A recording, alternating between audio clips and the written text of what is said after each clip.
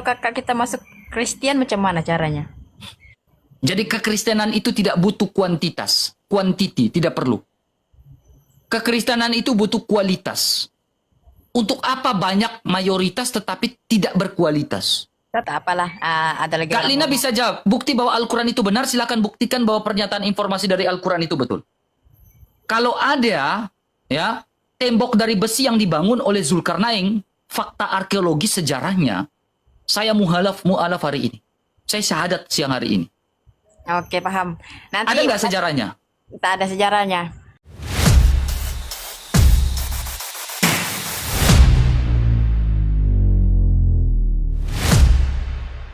Ya, balik kameranya Kak Lina. Kenapa dalam kegelapan terus ini? Islam atau Kristen Kak? Ah, Islam, Kak. Oke, silakan. Kayak perempuan kemarin udah masuk Kristen Kak? Ya orang, iya, ada beberapa perempuan kemarin baru juga udah masuk Kristen. Siapa tahu Kakak Lina orang selanjutnya. Mungkin 1 tahun ke depan atau 2 tahun ke depan rencana mau masuk Kristen ya. Silakan Kak. Apa yang menjadi Yesus itu Kak siapa ya? Yesus? Yesus adalah Tuhan, juru selamat, Mesias saya yang hidup. Tuhan itu gelar kepemilikan. Ya, kepemilikan, Oke, Kak. bukan nama. Oke, Tuhan itu oke. bukan nama tapi gelar. Silakan. Oke, Yesus tuh dia lahir di rahim Maryam lah gitu. Ya, Alkitab mencatat dan tradisi gereja mencatat ya Roh Kudus ya ketika itu Maryam mengandung dari Roh Kudus. Ya, Maria mengandung dari Roh Kudus. Ya, Oke. dari Roh Kudus. Bukan berarti Allah punya istri lalu istrinya adalah Maria lalu bukan seperti itu juga, Pak. Lalu ada hubungan intim, bukan begitu. Coba buang, banyak orang yang berpikir jahiliyah seperti itu. Oke. Seperti itu. Oke. Kita kita tidak bergaduh dekat sini ya. Yang Tuhan itu yang dorang sebutkan Allah tuh apa kamu rasa itu benar? Oke. Ini gini. Jadi kalau berbicara tentang Allah, Hmm. ya Allah, ya Allah yang seperti apa? Alkitab mencatat dalam kitab Ezra, Allah di atas segala Allah. Oke. Ya. Jadi Allah di atas segala Allah artinya Allah yang nyata, ya. Tetapi ada Allah yang tidak nyata. Contohnya seperti Hubal. Hubal itu kan dari 2 kata. Thank you. Oke. Hu itu dia. Baal itu kan penguasa. Ya, Oh, dia penguasa, dia pemilik. Ya. terima kasih, Ya. Sorian. Jadi pada saat itu Kak, ada 3 berhala terkenal, yaitu di zaman itu namanya Al-Lata, Al-Manat, dan Al-Uzza. Mm-mm. Ya, ini kita bicara tentang Allah. Oke. Ya, ini Allah yang lain, ya kan? Allah yang lain. Nah, Al-Manat, ya, Al-Manat ini diberi gelar Rahman, penyayang. Oke. Ini berhala. Ya, itu datanya saya ambil dari mana? Sebuah situs bersejarah namanya Petra, ya, Nabatea, Iya. ya, bahwa seorang pagan Quraisy bernama Amr bin Luhai memanggil dewanya itu dengan sebutan Allah. Hmm. Ya. Paham. Jadi ya dalam sebuah buku The Late of Antiquity, The Late Antiquity di situ di halaman 304 seorang pagan Quraisy Amr bin Luhai memanggil dewanya Al-Lata, Al-Manat, dan Al-Uzza dengan Hubal dengan sebutan Allah. Ya, makanya di dalam Alkitab mengatakan ada Allah yang di atas segala Allah. Ya, saya Tuhan enggak, saya termasuk Tuhan rumah, saya termasuk Tuhan tanah. Tetapi ada Tuhan di atas segala Tuhan. Makanya Yesus adalah the King of the King. Raja segala raja, Tuhan di atas segala Tuhan. Mengapa? Karena hanya manusia Yesus Kristus lah, saya omong manusia, karena divinatur Kristus. Manusia Yesus Kristus lah yang bisa mengalahkan maut lewat kebangkitannya. Makanya dia Tuhan di atas segala Tuhan, tanpa dosa sama sekali. Gitu. Oke, saya nak tanya sama kamu soalan lagi. Kenapa kita boleh bermimpi? Mimpi dalam konteks seperti Dal- apa? Di dalam Bunga dalam tidur? di dalam tidur kita. Oke. Di dalam kitab pengkhotbah Alkitab, Raja Salomo, kalian kenal dengan Sulaiman, ya, kitabnya Sulaiman. Sulaiman menuliskan atau Salomo menuliskan mimpi itu bunga tidur manusia. Karena aktivitas manusia yang terlalu banyak, Oke. ya, sehingga ada bunga tidur di situ. Mungkin manusia itu sebelum tidur dia berpikir bertemu dengan artis Korea, ya, bertemu dengan artis Korea, ya, malamnya dia mimpi dia nikah dengan artis Korea. Seperti itu Kakak Lina, ya. Iya, paham. Tapi setahu aku yang kakak cakap tuh ada orang masuk Kristen tuh ada orang Islam ada ya? Banyak Kak. Hanya saya nggak pernah mau spill di sini Kak. Karena dulu ada seorang ustadz yang berdebat dengan saya, diskusi dengan saya. Dia udah ke gereja, ya. Tetapi kesalahan saya adalah dia spill mukanya, akhirnya dia didatangin di rumahnya dan ada pengancaman di situ, dan pada akhirnya dia berubah pikiran dan tidak masuk ke Kristen lagi karena ada yang datang ke rumahnya. Ya. Jadi saya tidak mau spill lagi. Tapi kalau mau dibilang banyak yang masuk Katolik, banyak. Saya tidak bohong. Bahkan ada yang masih berKTP Islam, tetapi kenapa tidak mau pindah KTP menjadi Katolik? Karena mereka takut menerima sanksi sosial. Ya, makanya mereka tetap berpegang dengan KTP itu. Itu kasus seperti itu banyak. Oke Kak, aku tanya sama kamu. Saya tanya dulu Asud Adam kan? Betul tak? Oke. Dia Asud Adam. Terus Sekarang silakan. kita punya musuh bukankah Satan? Oke. Kita semua bukankah kita semua manusia bersaudara? Oke. Jadi gini Kak. Setan itu diambil dari kata bahasa Ibrani. Ya, diambil dari kata bahasa Ibrani namanya Satan. Satan itu artinya musuh. Iya betul. Ya, Satan dengan iblis itu berbeda. Ya. Awalnya iblis itu kata yang artinya devil dalam bahasa Inggris, yang artinya pendusta, penipu. Ya, jadi pendusta sudah pasti musuhnya Allah. Iya, betul. Ya kan? Pendusta sudah pasti musuhnya Allah. Ya. Kita semua bila kita mati, tak semua kita boleh free masuk surga.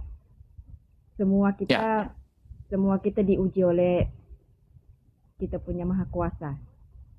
Jadi gini Kak. Di dalam kitab Taurat Musa atau di dalam ajaran Yahudi mengatakan hanya ada satu pemimpin saja. Dan pemimpin itu adalah Mesias. Mesias itulah yang dijanjikan agar manusia itu memperoleh keselamatan dan memperoleh hidup yang kekal. Mesias itu di dalam bahasa Ibrani. Ya, di dalam bahasa Yunani Kristus. Di dalam bahasa Arab Al-Masih. Ya, Al-Masih di dalam kitab Taurat Musa dijanjikan mengalahkan maut lewat kematian dan kebangkitannya. Ya. Tetapi kalau ada Al-Masih yang tidak mengalahkan maut lewat kematian dan kebangkitannya, itu bukan Al-Masih yang dijanjikan dalam Tauratnya Nabi Musa. Kita semuanya pasti tentunya harus membaca kitab sebelumnya. Jangan hanya bilang kita beriman kepada kitab sebelumnya, tetapi tidak pernah membaca kitab sebelumnya. Ini menjadi sebuah persoalan. Ya. Ketika manusia pertama jatuh ke dalam dosa, manusia mengalami kematian, Kak. Iya. Ya. Kematian itu menyebabkan ada 3 poin. Ya, dalam bahasa Ibrani namanya tamut. Di dalam bahasa Arab namanya tamutuha. Makasih. Tamutuha. Ya. Tamutuha ini ada 3 segi, Kak. Segi yang pertama adalah kematian secara jasmani. Iya. Segi yang kedua ada kematian secara sosial. Segi yang ketiga ada kematian kekal. Kematian secara sosial itu manusia diusir dari taman itu.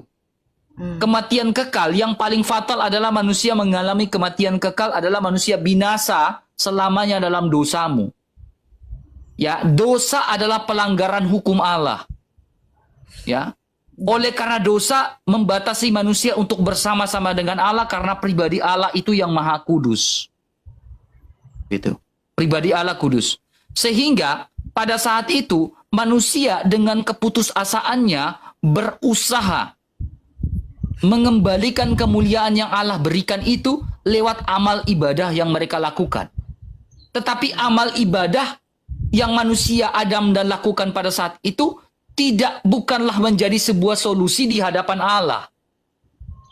Tetapi solusi di hadapan Allah yang Allah janjikan itu adalah Mesias, Al-Masih, yaitu Isa Al-Masih, Yesus Kristus yang menyelamatkan manusia dari dosa. Sekarang saya tanya Kak, ketika kakak di surga, kalau sudah di surga, manusia bisa mati atau tidak? Tidak. Tidak, ya. Saya pegang kakak ya. Manusia sudah kalau di surga tidak bisa mati. Pertanyaannya, Adam diciptakan di surga atau di bumi? Surga. Di surga. Kenapa Adam bisa mati kalau dia sudah di surga? Sebab dosa orang? Ya, sebab dosa. Iya. Akhirnya terjadi pemisahan dengan Allah. Dia turun dekat bumi. Ya, itu terlalu panjang Kak. Karena dalam buku ini Ibnu Katsir, saya punya buku ini Kak. Saya udah baca. Ini buku Islam. Iya, buku Islam. Ya. Di sini mengatakan Adam itu jatuh di India Kak. Pendaratannya di India, Hawa di Jeddah. Tetapi pandangannya itu berbeda-beda Kak. Kenapa saya bilang pandangannya berbeda-beda? Kita mau ikut pandangan yang mana Kak? Nih, saya tunjukkan datanya Kak ya. Biar kakak lihat baik-baik. Ini Ibnu Katsir. Ya, tempat pendaratan Nabi Adam. Ya. Ibnu Abi Hatim, poin pertama. The first. Ibnu Abi Hatim meriwayatkan dari Abu Zurah. Dari Utsman bin Syaibah. Dari Jarir, dari Atta, dari Sya'id. Dari Ibnu Abbas, ia berkata, Nabi Adam mendarat di sebuah tempat yang namanya Dahna, yang terletak antara kota Mekah dan Taif. Ini dari Ibnu Abi Hatim. Tetapi ada pandangan yang berbeda. Poin kedua, pandangan dari Hasan, riwayat Hasan menyebutkan Nabi Adam mendarat di India. Lalu Hawa di Jeddah, iblis pun jatuh di Dasti Maisan, beberapa mil kota dari Basra, sedangkan ular di Asfahan. Diriwayatkan juga. Kemudian ada riwayat yang ketiga. Riwayat yang ketiga ini dari ada Asudi mengatakan Adam di wilayah India. Asudi sepakat dengan Ibnu Abi Hatim. Tetapi Hasan ini berbeda. Asudi sepakat dengan riwayat Hasan. Riwayat Asudi India. Oke. Tapi ini berbeda. Ibnu Abi Hatim berbeda. Ya. Jadi ini berbicara dua hal yang berbeda Kak, ya, yang tidak bisa kita tidak bisa pastikan. Tetapi gini Kak, menurut pandangan Alkitab, ya, Adam itu tidak diciptakan di surga. Adam itu ditempatkan di suatu tempat yang namanya Taman Eden, dan Taman Eden itu di dunia, di bumi. Tetapi taman itu, ya, menurut pakar-pakar teologis dan lain-lain, taman itu dijaga oleh dua malaikat. Selepas Adam itu jatuh dalam dosa dan taman itu sudah tidak terlihat lagi sampai sekarang. Tetapi Alkitab mencatat bahwa taman itu di dunia. Ya, dari mana kita tahu bahwa taman yang ditempati oleh Adam dan Hawa itu di dunia? Saya bisa tunjukkan datanya. Nah, ini kitab Taurat Musa. Kitab Taurat Musa di dalam kitab Kejadian, ya, pasal yang Anda tidak percaya tidak apa-apa, tetapi ini Taurat Musa. Ya, bahwa di Adam itu ada tanah Kus, ada sungai Tigris, ada sungai Efrat. Nah, ini kalau kita cek secara peta, sungai-sungai ini ada di dunia. Sungai ini tidak di surga, sungai ini ada di dunia. Sungai Tigris, sungai Kus, sungai Gihon. Itu di dunia, Kak. Bukan di surga. Gitu, Kak. Oh, oke, paham. Ya. Kejap Kak. Ah, sekarang kebenaran itu Kak siapa yang sebenarnya Kak? Islam kah ataupun Kristen? Ya. Pengikut Kristus ya, Alkitab mencatat dalam Yohanes 14 ayat 6. Yesus mengatakan, akulah jalan dan kebenaran dan kehidupan. Oh, begitu ya Ya, Kak. kalau bicara ya, tetapi banyak orang yang masih meminta jalan lurus. Tetapi Yesus sudah omong 700 tahun sebelumnya, ya, sebelum kedatangan agama-agama lain, 700 tahun sebelumnya itu Oke, Yesus sudah ngomong aku bahwa tanya akulah sama Kakak. bahwa akulah jalan, akulah kebenaran dan kehidupan. Ya. Tetapi 700 tahun setelah itu masih ada yang masih ada yang merasa bahwa saya belum menemukan jalan lurus sehingga setiap hari dia berdoa minta jalan lurus. Oke, tahu Kak. Aku tanya Kakak, di Al-Quran tuh sebenarnya siapa yang turunkan? Saya tidak tahu Al-Quran siapa yang turunkan, tetapi saya akan Siapa yang membaca. menulis itu semua? Oke. Saya tidak tahu siapa yang tulis. Misalkan kitab Al-Baqarah, saya tidak tahu siapa yang tulis. Kitab Sapi Betina, kitab ini saya tidak tahu siapa yang tulis. Tetapi ya, kalau Alkitab, Injil Matius, Markus, Lukas dan Yohanes para rasul yang tulis. Ya, tetapi saya lihat nih Kak, ya. Ini sebuah sirah lagi, sirah Nabawiyah Al-Mubarakfuri. Tahu, tapi Kakak bila tengok Al-Quran, nampak tak macam rasa macam tersentuh di hati atau macam ini apa siapa sebenarnya yang menulis nih sebenarnya? Coba Kakak boleh pikir. Saya sudah membaca Al-Quran, tetapi saya tidak pernah merasakan sesuatu yang greget. Tetapi ketika saya membaca Alkitab, saya membaca ada rasa kedamaian. Saya ada rasa Sebab damai. Kakak rasa kedamaian sebab itu bangsa Kakak. Tahu tak bangsa Oke. itu tulisan macam kita bila kita di dunia kan itu adalah ciptaan pada manusia ABCD. Jam tuh itu rasa Kakak macam rasa tenang. Oke. Oke, Betul sekarang tak, gini Kakak? Kak. Kakak merasakan kedamaian, tetapi kakak memahami nggak isi Al-Quran itu? Kalau kita rasa tidak paham, tidak memang kita tidak paham. Nih, Kak, ya. Tapi bila kita berilmu, kita paham. Nih Kak, ini surah Az-Zukhruf ayat yang ketiga. Ya. Iya, orang tahu. Sesungguhnya kami menjadikannya sebagai Al-Quran dalam bahasa Arab agar kamu mengerti. Oke? Betul. Oke. Agar dimengerti. Oke. Kita buktikan Kak, apakah Al-Quran dalam bahasa Arab itu dimengerti? Kita buktikan. Ya. Tapi saya kita macam kita orang Sabar, bila Kak. kita baru lahir, Sabar kita Kak, kita buktikan dulu Kak.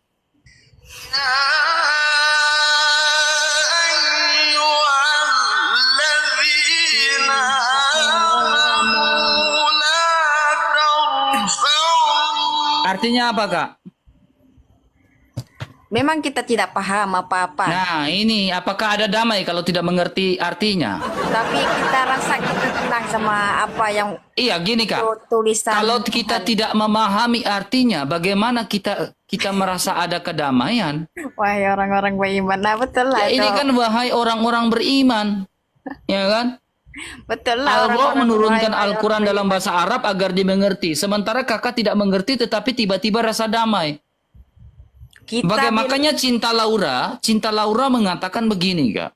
Ya, lebih baik kamu mempelajari bahasa Arab agar kamu mudah mengerti apa yang ditulis di dalam kitab itu. Daripada kamu membaca saja tetapi tidak memahaminya. Saya mengutip bahasa dari Cinta Laura. Contohnya seperti kakak, tiba-tiba rasa damai. Ya, tetapi tidak memahami isi bacaan. Bagaimana tiba-tiba rasa damai? Kalau saya memahami isi bacaan. Karena Alkitab itu diterjemahkan ke segala bahasa agar dimengerti oleh manusia, oleh makhluk-makhluk yang ada di dunia. Ada nggak rasa damai? Nah ini bicara tentang literasi. Membaca dan memahami isi bacaan. Orang membaca tetapi tidak memahami isi bacaan, tiba-tiba dia bilang ada rasa damai. Ini kan bagi saya nggak rasional banget ya. Iya, iya. Tapi itu kakak punya pilihan. Tapi saya rasa saya mau tahu juga yang mana kebenaran, betul tak? Ya, kebenaran Kita itu tidak hanya boleh- satu di dalam Yesus Kristus. Iya, kalau kamu mau rasa itu adalah Tuhan kamu, Yesus itu adalah Tuhan kamu, mungkin kamu rasa tenang, Kak, kamu mungkin saya ini sudah siapkan kopi ya Kak di sini Kak.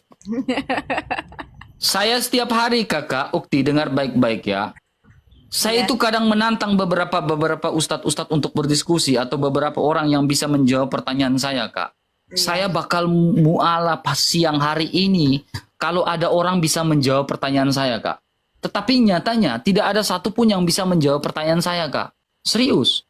Makanya saya agak sedikit gerget sudah siapkan kopi ya, tetapi tidak ada yang bisa membuktikan gitu. sebab Tuhan tuh dia rahasiakan semua. Contohnya Jadi, gini Kak ya, kalau kakak bisa jawab pertanyaan saya syahadat dan 3.700 orang yang Kristen saya yang syahadatkan. oh iya, Oke, saya buktikan. Kalau kakak bisa tunjukkan datanya. Di dalam surat Al-A'raf ayat 157, ya 157, orang-orang yang mengikuti Rasul Muhammad, Nabi yang umi tidak pandai baca tulis, yang namanya Nabi Muhammad ini, mereka temukan tertulis di dalam kitab Taurat dan kitab Injil. Nah, pertanyaan saya, Taurat mana yang menuliskan nama Nabi Muhammad, Injil mana yang menuliskan nama Nabi Muhammad? Taurat itu ada 5 Kak, kalau kita lihat ya, kitab dasarnya orang Yahudi. Yaitu kitab Kejadian, Keluaran, Imamat, Bilangan, Ulangan. Di antara kelima kitab ini, mana yang menuliskan nama Nabi Muhammad sehingga benar informasi di dalam surat Al-A'raf 157 bisa dipertanggungjawabkan dan bisa diverifikasi. Kalau ada, saya sudah pakai kopiah, saya mualaf, saya syahadat siang hari ini. Ya, serius. Kalau ada saya syahadat, satu pun tidak bisa menjawab pertanyaan saya. paham. Tetapi kalau bilang, apakah Yesus, nubuatan tentang Yesus Kristus ada dalam kitabnya Nabi Musa? Saya bisa tunjukkan. Hampir 500 lebih ayat atau itu berbicara tentang Yesus Kristus yang akan datang. Saya bisa tunjukkan data-data itu. Tapi awak ganteng juga kalau awak masuk Masya Allah. Masya Allah. Masya Allah, jangan gitu, kita jangan gitu lah Ukti ya. Kita ini kan namanya diskusi ya. Saya udah nggak mau jangan jadi malu saya ini Ukti. Saya jadi salah tingkah ini Ukti udah muji-muji saya gini Ukti. Atau Ukti yang mau jadi saya poligami kan? Apa tuh? Ukti mau saya poligami kan? Aku sudah terpandang sama kamu nih, sudah. Tidak akan Ukti, karena hidup di dalam Yesus itu sudah membuat saya merasa damai yang tidak bisa dibayarkan oleh siapapun. Tidak ada satu manusia yang memisahkan saya dari Yesus Kristus, itu tidak akan bisa. Oke, Yesus sendiri mengatakan, dan engkau Petrus, rasulnya, di atas batu karang ini aku mendirikan jemaatku, gerejaku, dan alam maut tidak akan menguasainya. Ya, maut tidak akan berkuasa akan tubuh saya, karena saya termasuk persekutuan, bagian di dalam persekutuan orang-orang percaya yang percaya Yesus Kristus. Jadi maut tidak bisa kuasai saya. Bahkan Ukti sekalipun, Ukti tahu nggak, yang DM saya ini perempuan-perempuan ini banyak. Bang RK, mau dong poligamiin saya? Iya. RK, mau dong aku dengan Bang RK seperti ini, jadiin aku dong Bang RK pacaran yuk, aku rela masuk Kristen. Banyak Ukti. Tapi saya bukan seperti itu. Menjadi Kristen, menjadi pengikut Kristus, bukan berarti karena laki-laki atau karena perempuan. Menjadi pengikut Kristus, itu karena apa Ukti? Karena betul-betul saya ingin mengikut dia. Karena apa? Yesus Kristus mengajarkan saya standar moral yang sangat tinggi. Dibandingkan semua ajaran itu, kalau ajaran lain mengajarkan kasihilah sesamamu manusia, Yesus Kristus mengajarkan standar di atas itu. Kasihilah musuhmu. Berdoalah bagi mereka yang menganiaya kamu, itu standar di atas melebihi segala pun.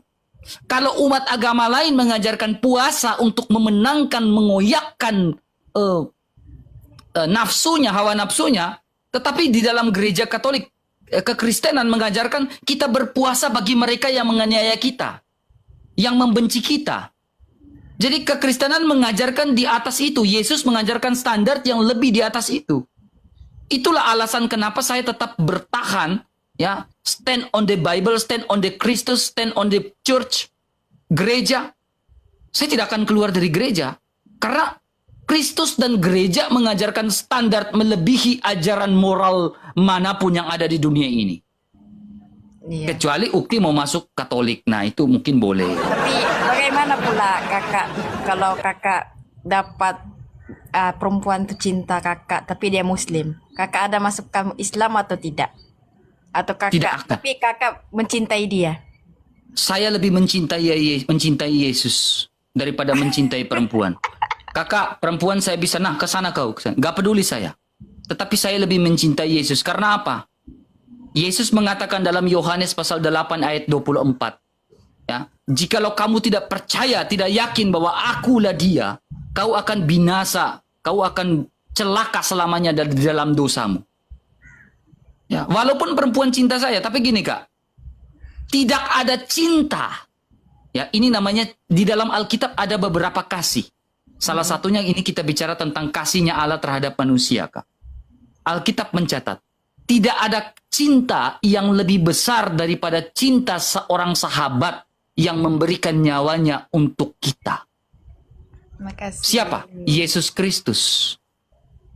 Cintanya Yesus Kristus itu cinta dia kepada sahabat. Tidak ada cinta yang lebih besar daripada itu.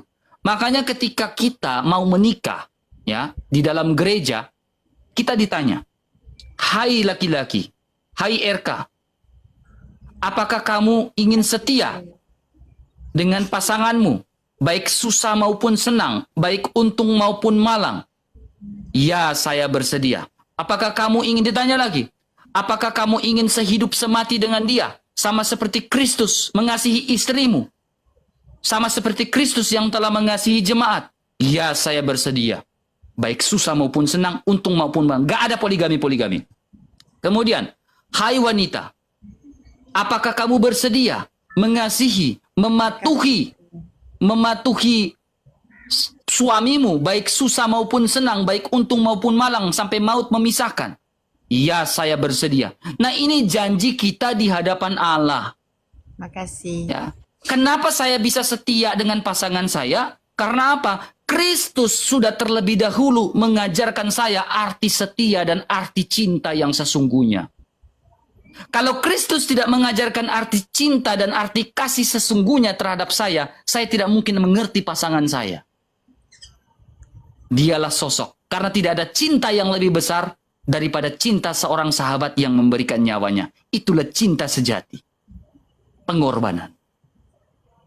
Berbeda cintanya Adam dengan Hawa. Oke, aku paham, sudah paham. Cintanya Adam dengan Hawa itu berbeda. Kenapa? Nih, ketika Adam lagi tidur, tiba-tiba Hawa ini jalan-jalan, perempuan ini jalan-jalan.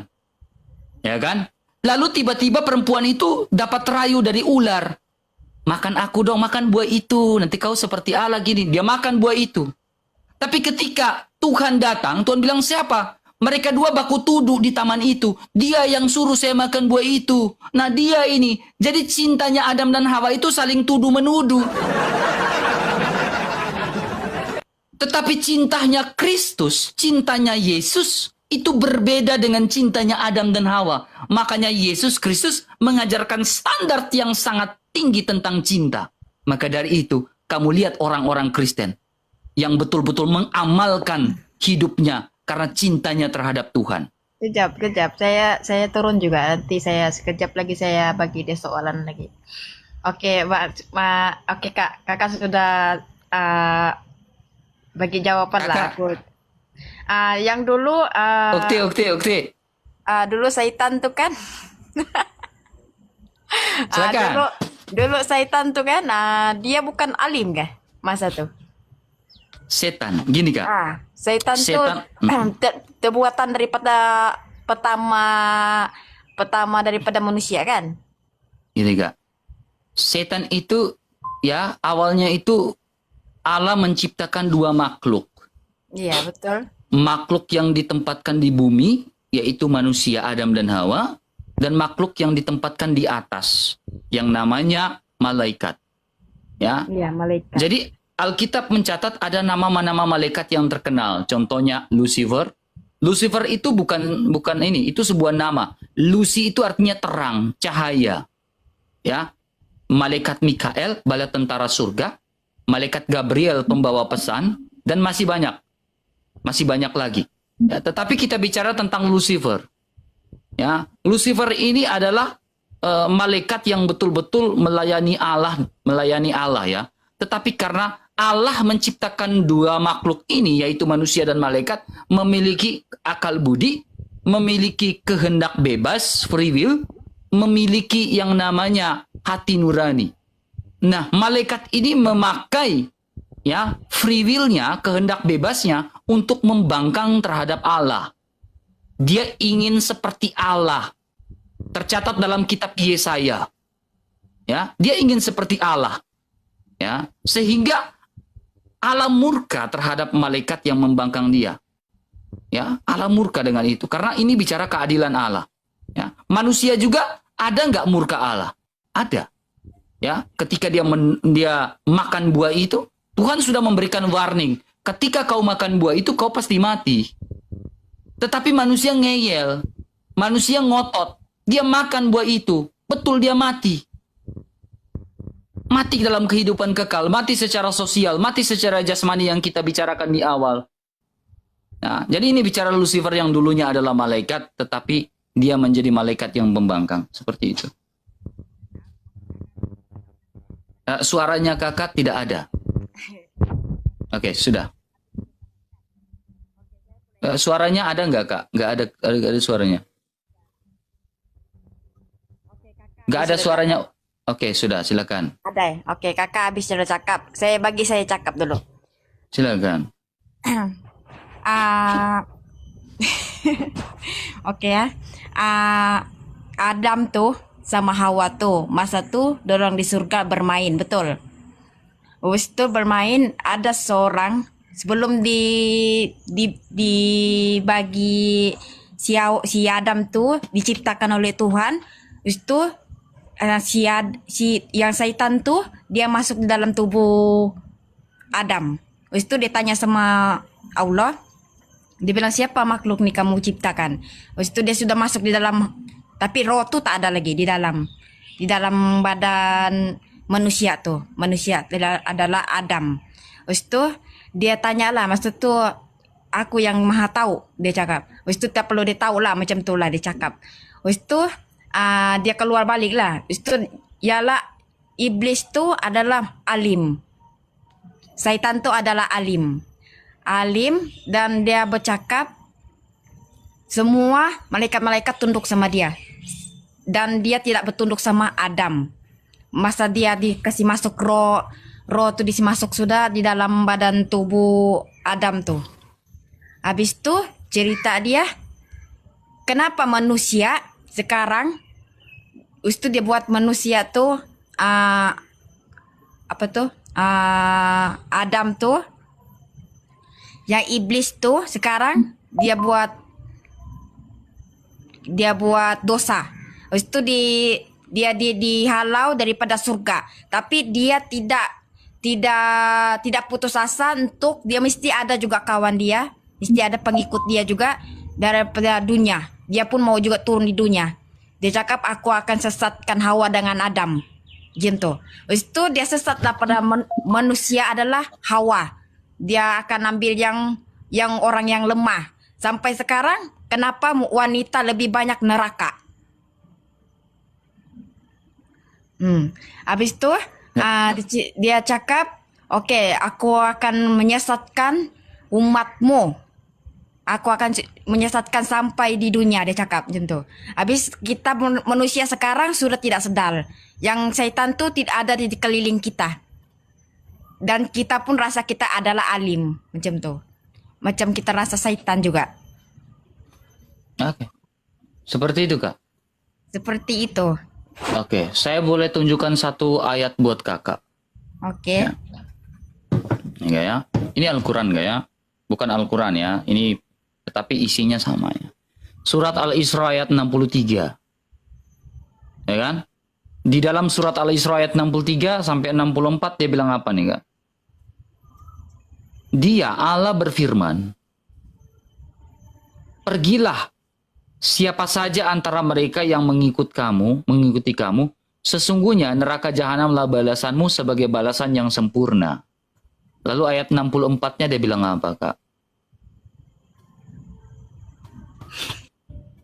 Percayakanlah wahai iblis, siapa saja di antara mereka yang engkau sanggup dengan ajakanmu.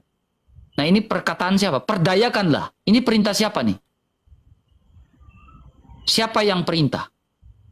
Siapa yang memerintah iblis untuk memperdaya manusia? Perdayakanlah siapa saja yang mereka engkau sanggup sanggup dengan ajakanmu iblis. Lalu di sini siapa yang memerintah nih?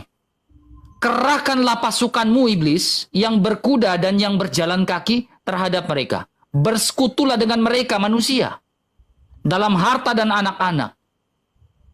Ya, lalu berilah janji kepada mereka. Setan itu hanya menjanjikan tipuan belakang kepada mereka. Ya. Ini siapa yang perintah? Siapa yang perintah iblis untuk memperdaya manusia? Sekarang yang memerintah ini salah atau tidak? Jadi kalau manusia masuk neraka, ya, salah siapa? Salah iblis atau salah yang menyuruh untuk memperdaya ini? Sebab iblis tuh tak boleh nampak. Kita kan diuji oleh Tuhan. Jadi kita boleh merasai semua. Kita harus elakkan apa yang mengajar kebenaran. Bukti lihat lagi ini. Ini surah An-Nahl ayat 93. Ya, dia bilang apa? Seandainya Allah berkehendak, niscaya dia Allah menjadikanmu satu umat saja. Akan tetapi dia Allah menyesatkan siapa yang hendak dia kehendaki. Jadi ketika kalau manusia tersesat dan masuk neraka, apakah ini pertanyaan, apakah salah yang menyesatkan?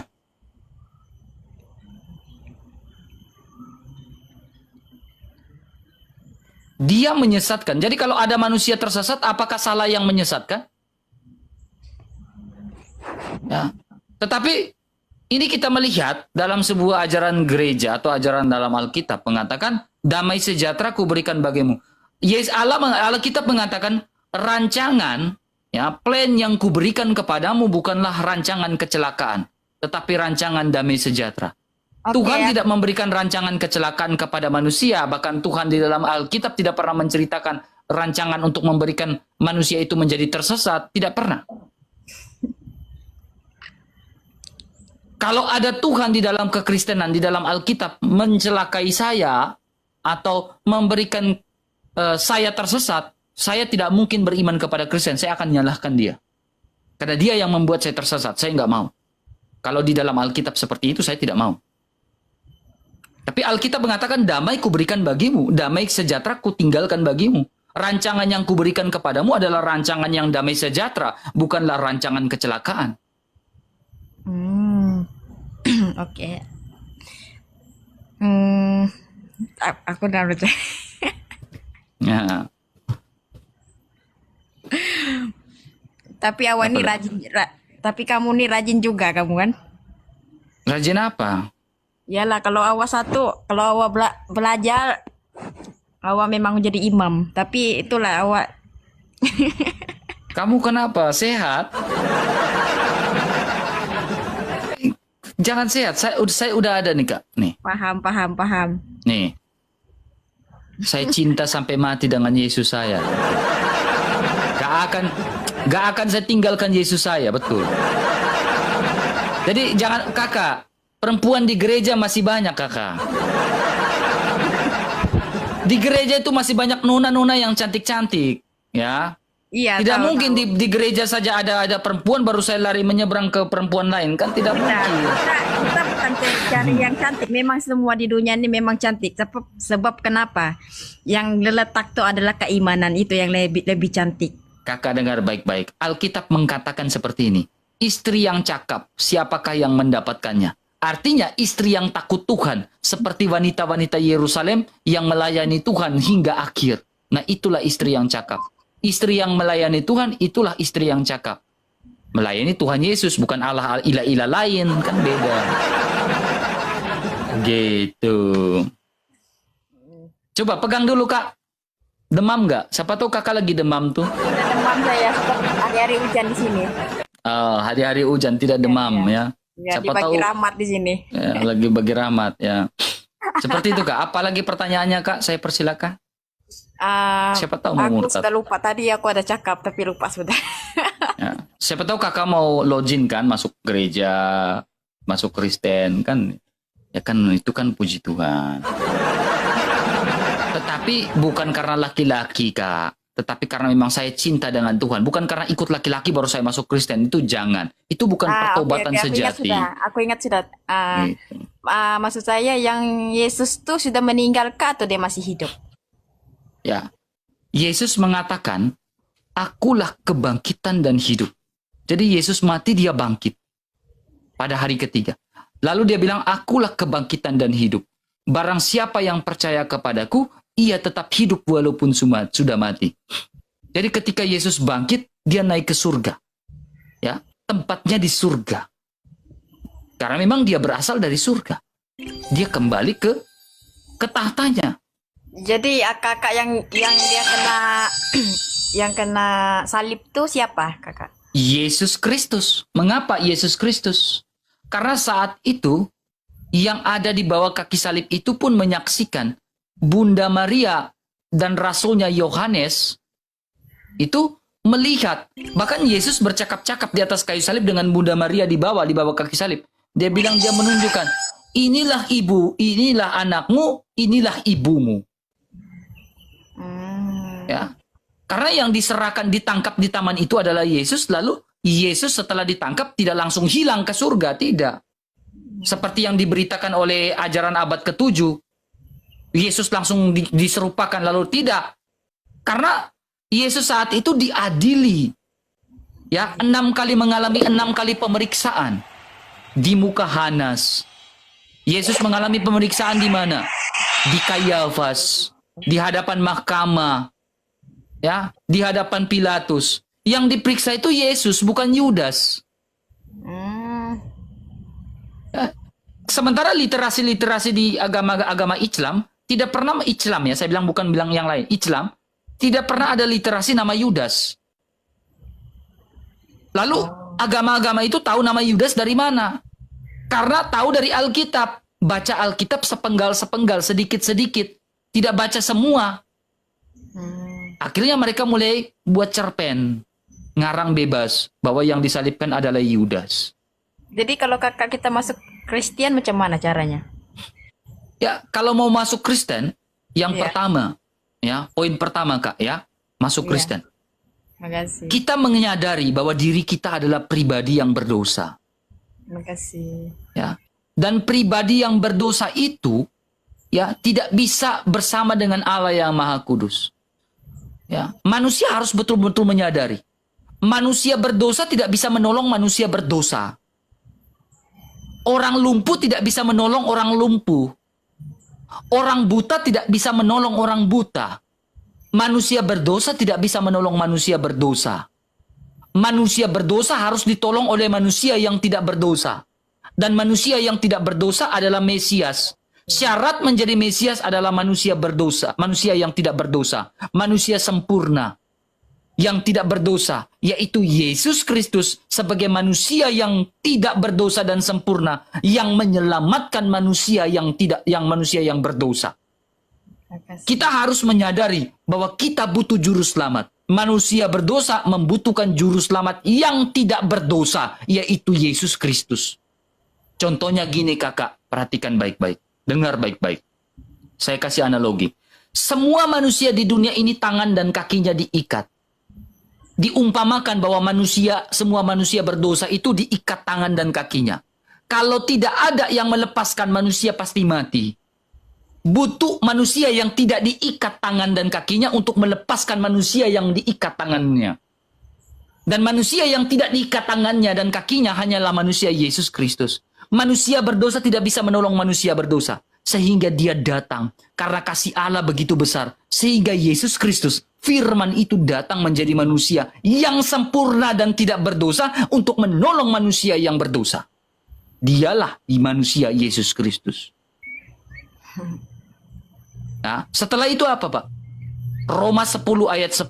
Dengan mulut mengaku diselamatkan dan hati orang percaya dibenarkan, maka kamu akan diselamatkan. Ya. Sebab dengan mulut mengaku. Mengaku siapa? Yesus adalah Tuhan. Dan hati percaya dengan segenap hati bahwa Allah telah membangkitkan dia dari antara orang mati. Kalau Yesus tidak bangkit, maka sia-sialah iman saya. Dia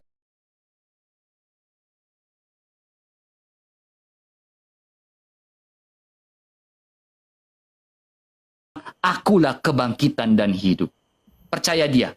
Belajar tentang dia, memahami dia, merenungkan firman-Nya, baru menyerahkan diri dibaptis. Jadi kekristenan itu tidak butuh kuantitas, quantity, tidak perlu. Kekristenan itu butuh kualitas. Untuk apa banyak mayoritas tetapi tidak berkualitas? Tapi Kak, masa cerita ini ceritalah. Saya mengaji masa tuh.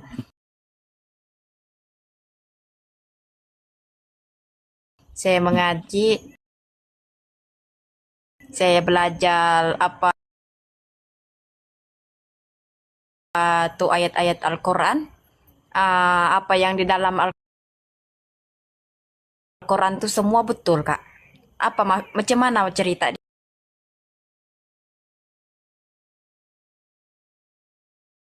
dia Kak?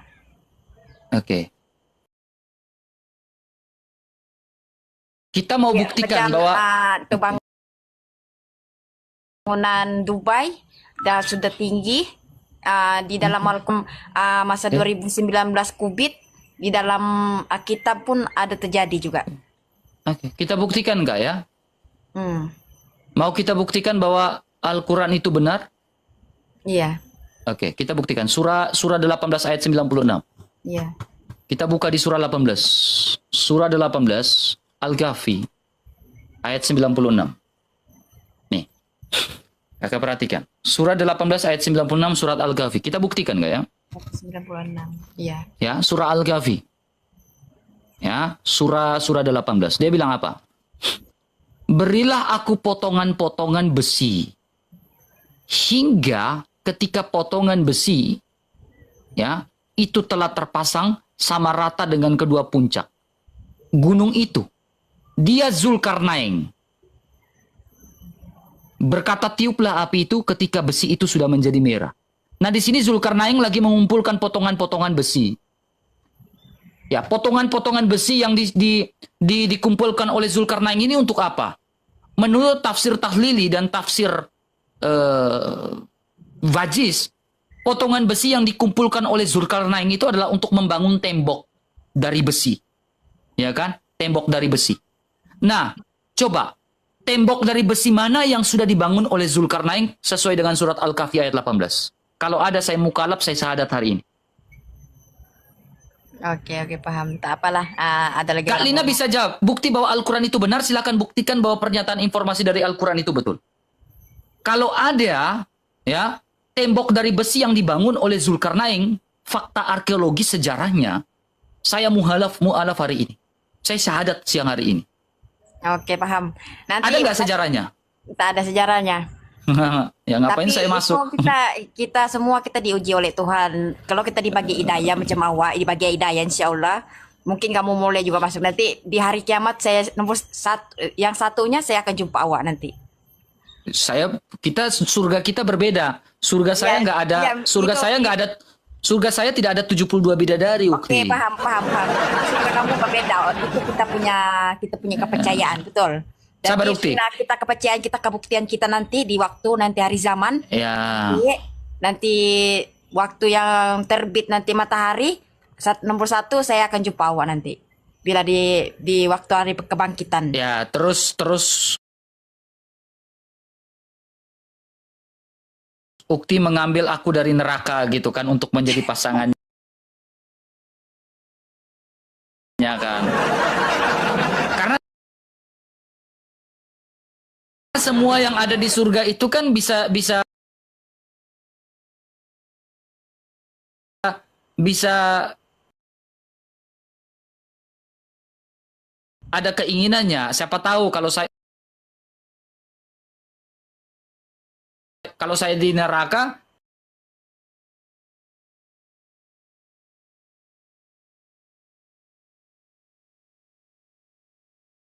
Ukti kan di surga. Ukti bisa mengambil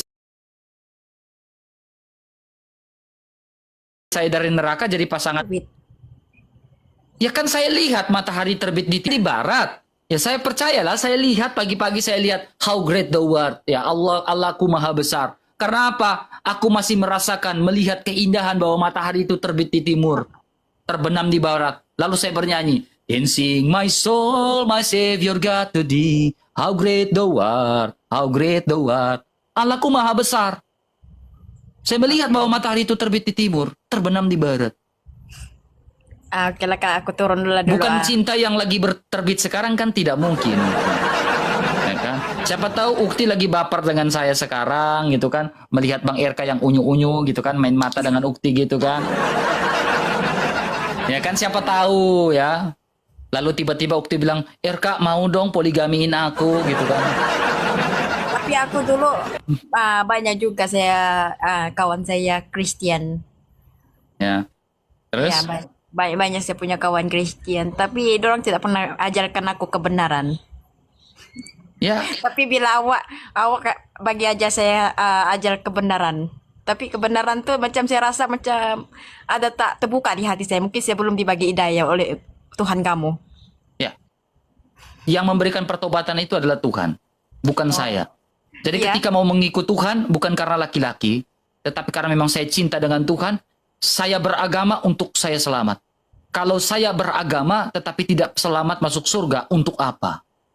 Jadi saya beragama karena saya yakin saya ingin surga. Ya, dan surganya kita berbeda, Ukti. Surganya Ukti ada 72 bidadari. Surganya saya tidak ada 72 bidadari. Surganya saya betul-betul memuji dan memuliakan Tuhan di sana. Mengasihi Tuhan, memuliakan Tuhan. Hanya di sana. Tidak ada menikah. Diajarkan sholat. Sebelum Islam sholat, kekristenan duluan lebih dulu sholat. Ya, bagaimana dikatakan menyempurna? Ajaran sebelumnya 7 waktu, tetapi ajaran setelahnya 5 waktu. Jadi itu hal yang berbeda. Ya. Jadi saya akan tetap dengan ajaran saya, mengikuti Yesus Kristus sebagai juru selamat dan penolong saya. Paham Kak. Karena tidak ada yang mau menolong saya, Ukti. Hanya Yesus yang sanggup menolong saya. Sholat setiap waktu. Atau apalah Kak, aku turunlah dulu ya. Ya. Nanti Terima kasih banyak. Terima kasih ya Kakak naikkan saya. Makasih banyak-banyak. Terima kasih. Tuhan Yesus memberkati. Waalaikumsalam. Waalaikumsalam. Alaikum. Shalom alaikum. Ya, terima kasih. Ya, teman-temanku, para sahabat Laras Saksian, seperti yang telah kita saksikan dalam diskusi Bang RK dan juga wanita muslimah cantik asal Malaysia. Awalnya wanita ini sangat penasaran dengan sosok Tuhan Yesus, lalu sempat merayu Bang RK untuk menjadi imamnya, masuk agama Muslim. Tetapi pada akhirnya seperti yang telah kita saksikan bersama-sama, muslimah cantik ini akhirnya menanyakan bagaimana jikalau kita dari umat muslim masuk ke agama Kristen. Tetapi luar biasa penjelasan dan jawaban dari Bang RK bahwa umat Kristen tidak butuh kuantitas, tetapi kualitas yang paling utama seperti ajaran Tuhan Yesus. Kiranya video ini bermanfaat dan Tuhan Yesus memberkati kita semua. Nantikan video kami selanjutnya dan shalom.